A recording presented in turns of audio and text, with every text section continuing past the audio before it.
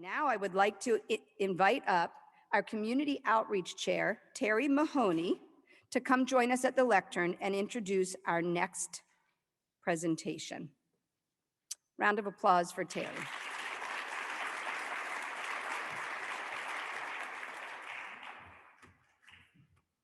Good afternoon, everyone. Back in November, the Pensacola Bay Area Network held a human trafficking summit with the Nissi Project. The purpose was start a fire, shed a spotlight, to open the eyes of our communities to help end human trafficking in all its forms. This modern-day slavery is second largest criminal enterprise in the world. And according to the Florida Department of Health, Florida ranks number 3 for the number of cases reported in our country, behind Texas and California. For this reason, our Community Outreach Task Force Committee, along with President Amy Snook, has selected the Nissi Project as our community sponsor to sponsor this year.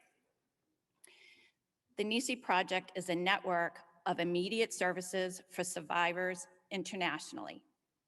Speaking on their behalf and ready to answer your questions, we have Sarah Lefevers, Sarah, and Jenna Barlow. Jenna. Sarah is the president and CEO who volunteers for numerous anti-trafficking organizations and initiatives. She also serves as chair for the Circuit 1 Human Trafficking Task Force, plus volunteers with search and rescue operations for Class Kids Foundation. Jenna is the Chief Awareness Officer. She also volunteers with search and rescue operations through the Class Kids Foundation and Call to Rescue. As realtors, we are the boots on the ground in the communities we serve. We know when driving through a neighborhood or doing a showing that something doesn't feel right or doesn't look right. The challenge for us today and forward is to open our eyes and our hearts to the message that we hear from them today. Take notes, share what you learn, become an advocate by being the voice for those who can't speak for themselves. Please do not leave today without making a commitment to combat this evil. Your prayers, your time, and your financial support are much needed. We are the front line of the Army. Fighting together, we can stop this. I now ask Jenna to come up and speak with us.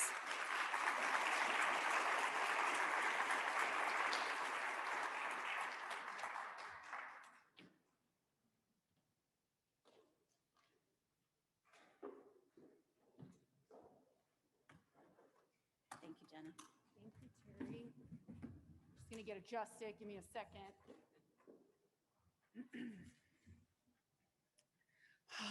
Doesn't it feel nice when we take it off? This is what I actually look like. You know, I am so humbled every time I get to stand up and speak to anybody and be able to serve millions around the world and be their voice. I have a pretty loud voice, so I'm naturally good at it. But usually they let me move around. Today, you guys have me tethered to a podium. So my husband is laughing somewhere that I have to stand still for 25 minutes.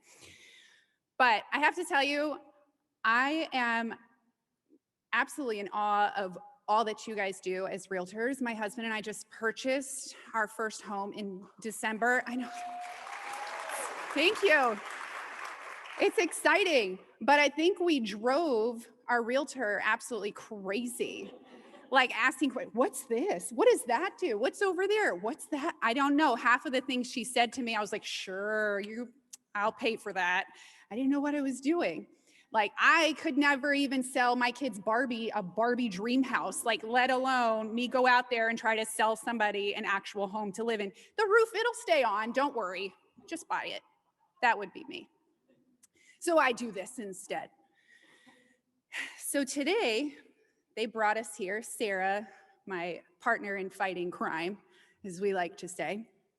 They brought us here to teach you guys about human trafficking, and also to learn alongside of all of you, because you guys are ultimately at a growth conference to become better leaders. And what an opportunity for us to be able to learn alongside of you, as well as bring what we know in our knowledge to the table. So today, you're gonna learn a lot of numbers, a lot of statistics in the next few minutes if I talk faster. I'm from New Jersey, so I think I can handle it. But mostly, I want you to know that you have a purpose in this life. And selling homes is a big deal. We didn't just trust any realtor. We made sure we hunted the right one down who could handle my husband's incessant nagging. But we knew that it was a big undertaking. Whoever was going to be out there to pick our home that we raised our children in needed to be important and knowledgeable. And so this knowledge that we're about to give to you is important too, because like Terry said, when you're out there, you might not see the 40.3 million slaves right around your corner or as you're showing a house, but you might start to recognize different signs that we will teach to you today. And I don't know if any of you, when you were little, maybe you did, dreamt of becoming a real estate agent. I'm not sure. You just laughed, so is that a no? I don't know. I didn't. When I was little, I dreamt of a bunch of different weird things. I mean, of course, I wanted to be a mom, and I had my Cabbage Patch doll. You know, I wanted to be a teacher so I could boss my sister around. I wanted to be a rescue squad driver. I didn't want to touch the blood. I wanted to drive the ambulance in the getaway, like, we gotta get to the hospital. So then that way I could tell my dad I sped and they didn't catch me. I also wanted to be a radio host, have my own talk show. I accomplished one of those goals. Well, two, I'm a mom too. That's a great goal to accomplish. Can't leave them out, right? But when I was little, I didn't dream of one day ending up without a home. I didn't dream of becoming a drug addict.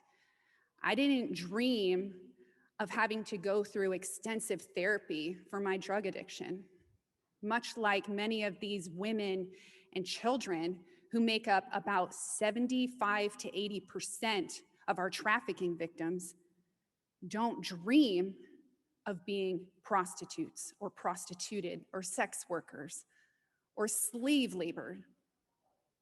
That's not in their dream. We all have different dreams, but along the way, something happens. So as we're here in the next few hours, over the next few days, I just want to encourage you in a part of your dreaming, just in this new year that we also have. What is your dream to make a difference in this world? And tap into that, because a part of being a leader is going to be a part of making a difference. So like I said, there's about 40.3 million people enslaved worldwide. That's a huge number. About 75% of that are women and children. And the hard truth about that is only 1% of all victims are reported to ever be rescued and experience full recovery. In the United States, we are the #1 leader and driver in human trafficking, which means that we consume the most in slavery. There's different types of slavery. Overseas, a lot you will see organ harvesting, domestic servitude that looks different than our domestic servitude here. You'll hear about stories of child soldiering or forced marriage. But we have something also in common. We have slave labor, forced work, and the most common form of human trafficking is forced sex trafficking. And that term basically means men buying women and children for rape. The average age for a victim to first enter into sex trafficking or be groomed into sex trafficking is about 12 to 14 years old. I'm not sure if you guys have the slides. Okay, thank you. It should be popping over. I've been waiting not to interrupt. Oh, you can interrupt me anytime. Something better for you. Okay. She's my best friend. I don't even think she knows what she just did. No, I'm just kidding. Thank you so much. And that's way better because I'm practically blind. Okay. No, literally. Okay, so yes, human trafficking is basically forcing somebody to do something they don't want to do so somebody else can get paid. That is the legal definition right there.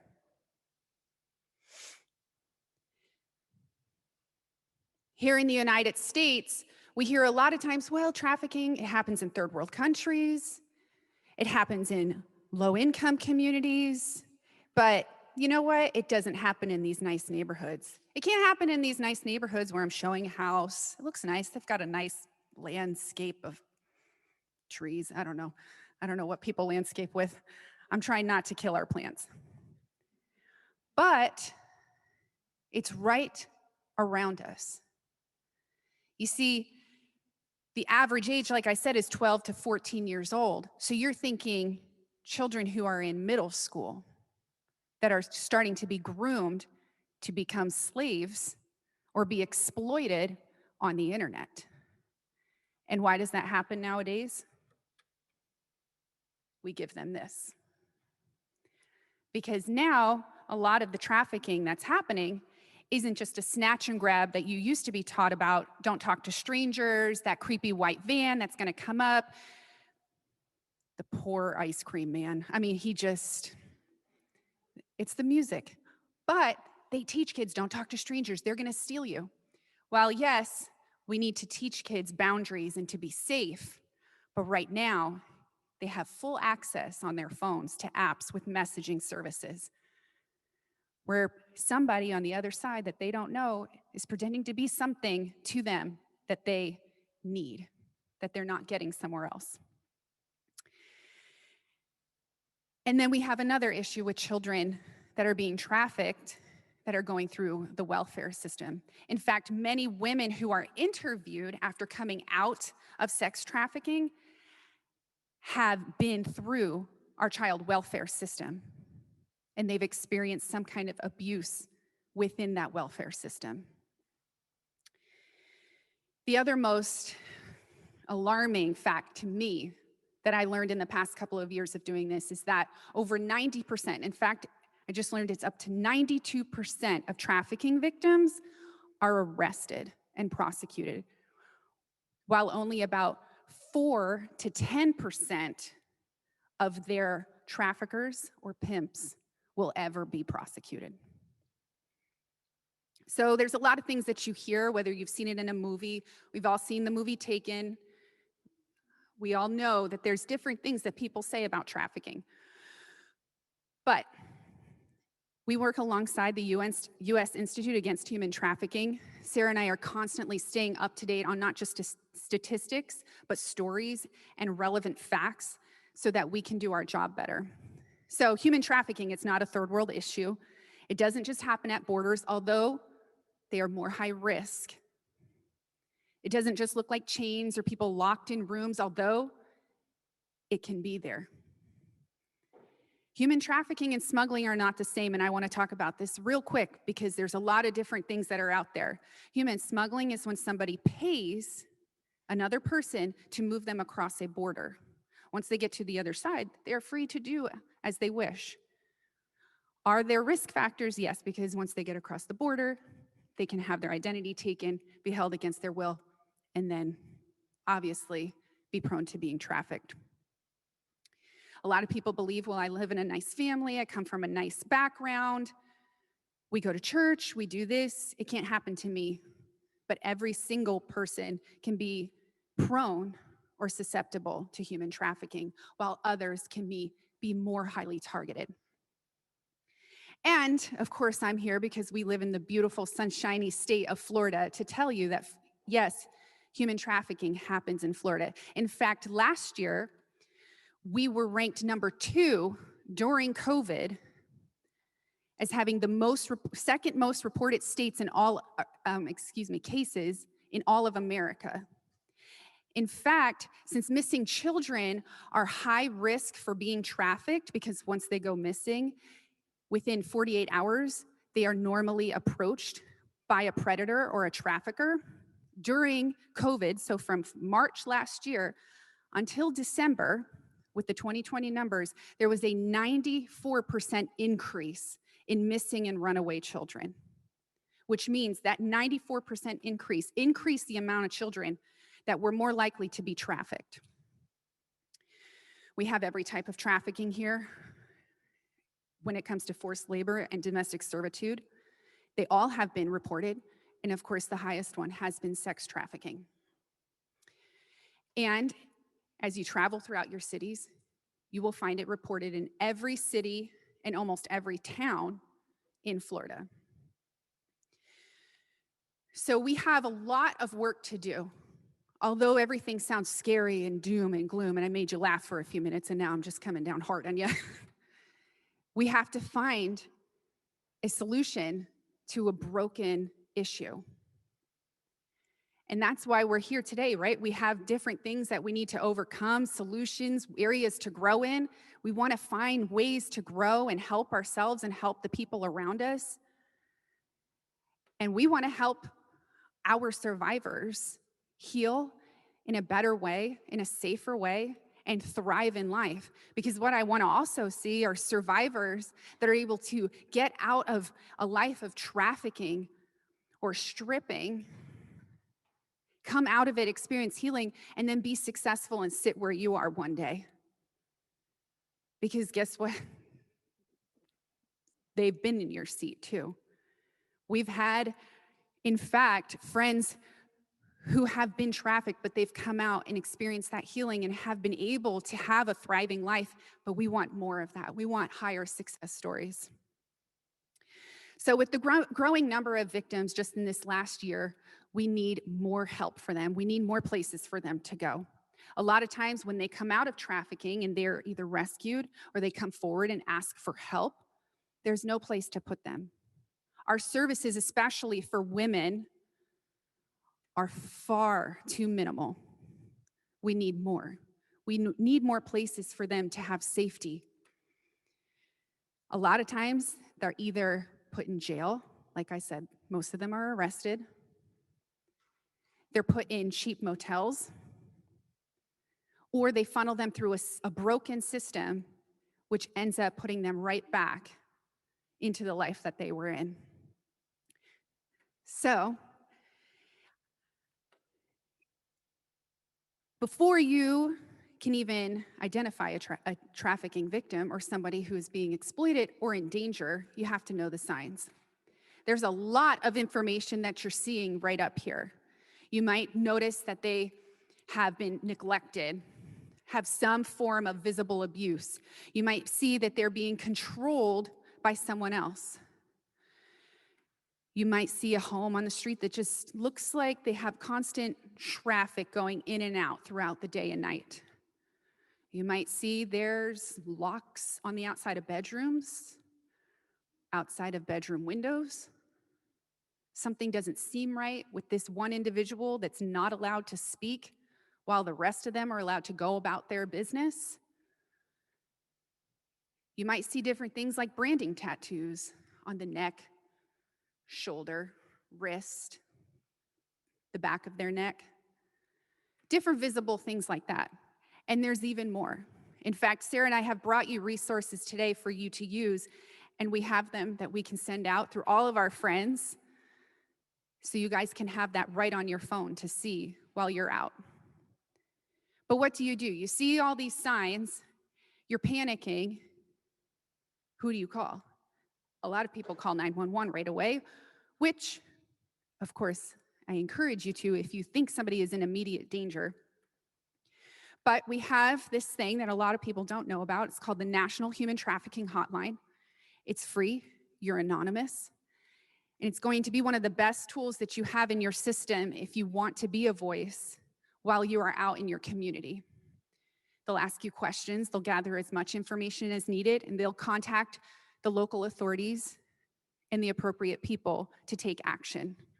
Because as Sarah and I have learned, through serving in search and rescue, it's not as smooth as they make it look in the movies. Like we were all expecting to be Mission Impossible, go in there, roll underneath a couple lasers and get somebody out, but it's actually not that easy.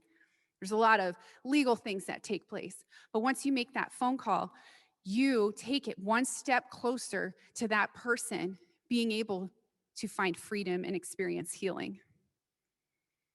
But once we get them out, once they get out, we need a place for them to go. We also have a text number, and again, you guys will all have this. You can take a picture of it. I see everybody moving really quick, so I want to hold up this slide. But a lot of people wonder, when should I call, or when should I not call? Well, here's the thing. It's better to call and it be nothing than to not call and it had been something.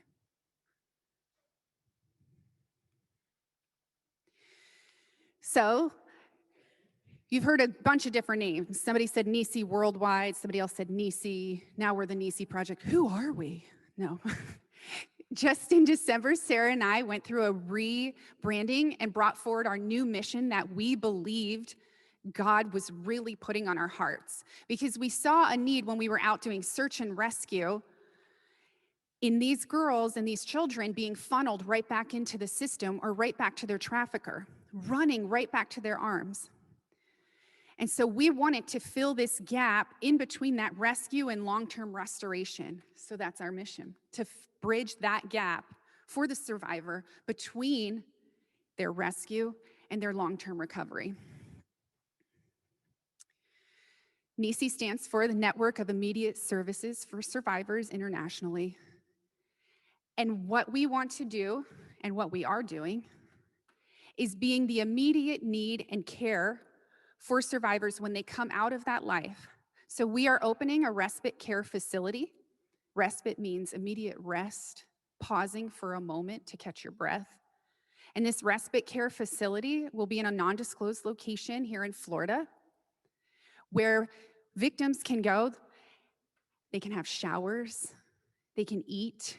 We'll have a survivor advocate with them that can talk to them, that has been trained and can counsel them. And while they are getting the care that they need at our respite care facility, behind the scenes, we have a team that's finding them a long-term care facility where they can go for the 9 to 12 months that it takes for them to just start the healing process, as well as a security team to do the transportation to get them there safely. The respite care facility will be a place where they can get something that they don't have before, just a chance to dream and breathe again and start to take ownership over their own lives.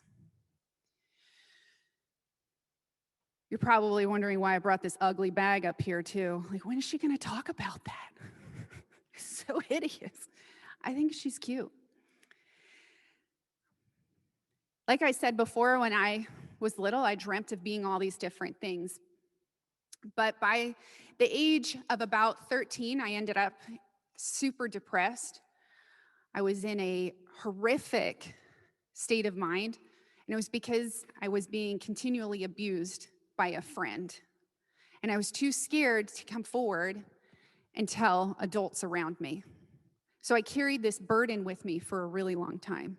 That burden turned into me failing school, running away from home constantly, and eventually I found myself going from New Jersey, where I was raised, and ended up in Fort Myers, Florida.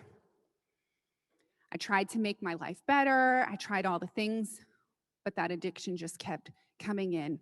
All that shame that I carried with, all that pain that I carried with me throughout the years, I just couldn't shake it. By about 20 years old, I had no money. I had nothing. I didn't even have a car. It's actually embarrassing. I would have to borrow cars. I didn't have a home. I spent nights wondering, where am I going to sleep? One time, I camped in Cape Coral. Want to talk about a frightening night in your life right there. And this is Cape Coral in about 2006, so it wasn't as developed as it is now. But it was absolutely terrifying. And all I had was this red bag. This red bag was my home.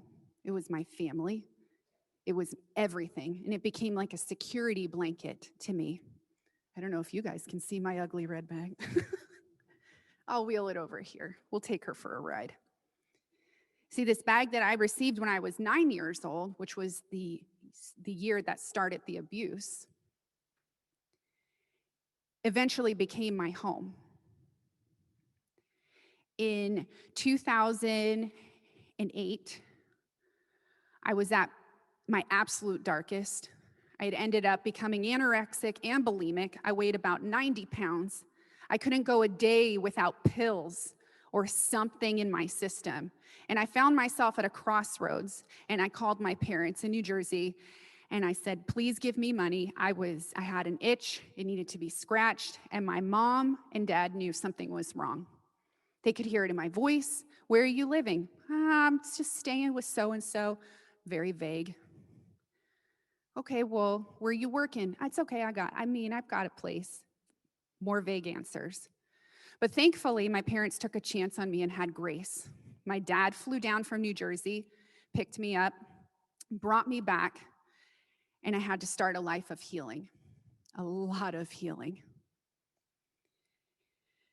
In the next few years, I accepted Jesus as my Savior. I found a faith that anchored me and helped me heal, helped me forgive people who had hurt me for years, forgive myself for hurting myself. And then he got to show me my purpose. I was stumbling upon Instagram one day, and I came across this term, human trafficking, and it changed my life forever. When I learned that children, the same age as my children at the time, so 1 and 2 years old, were being trafficked, I knew I could not sleep another day without being a part of it. You see, God had rescued me from this and brought me to a place where I had children and had this beautiful life. What am I going to do with it now? I told my parents, I'm going to work in nonprofit. I don't know what I'm going to do, but this is what I'm going to be a part of. My dad encouraged me every single day. You can do this. I don't have a degree, Dad. I dropped out. I flunked out. I couldn't do it. And he kept pushing me. He led me to this point. This red bag now represents hope. It represents a symbol of what I have gone through and what God has brought me through. And so we want to bring that hope alongside to with our healing through the respite care facility. So in 2020, we launched Red Bag Project so we could bring those tangible needs to survivors who show up with trash bags. I picked up a girl one time, and she came outside with hot sauce packets in a plastic bag. That was her property. But I had this. How thankful could I possibly be? They deserve this. Probably one nicer, but they deserve this. And that's what we want to bring them. And this year, our goal is to supply basically a warehouse filled with items for every shape and size for clothing, every toiletry for every ethnicity, everything that we just pick up and take for granted every day. We want to supply these girls. And we're going to do that with Red Bag Project and Nissi. And we want you guys to be a part of it. And we're going to tell you a little bit more as we go on throughout the year how you can get actively involved. So there's different ways for you to get involved. I shared with you that number one, you need to know the signs. And it was a lot to tell you all in a quick minute, but we want you to grab the flyers. We want you to find us on Facebook and Instagram to stay up to date with what's going on. And as statistics change in our beautiful state, we want you to stay alongside of us so we can learn and grow together. We want to keep you in the loop. We want you to go visit our website. Because if it's the fastest growing criminal enterprise in the world,